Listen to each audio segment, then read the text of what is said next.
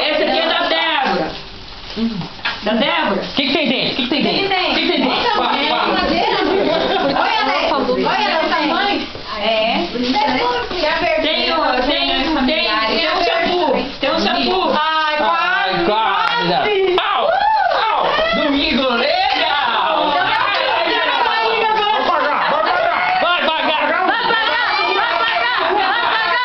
Eu deixei bem claro, só vale se acertar tudo ou errar tudo. Não, nem pra ela, nem pra ela. Só porque ela tá gestante.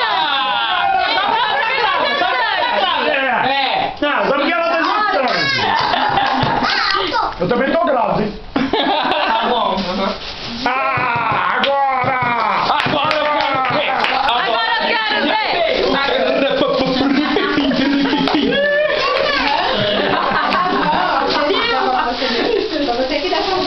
Esse aqui é do Clay. Não. O que tem dentro?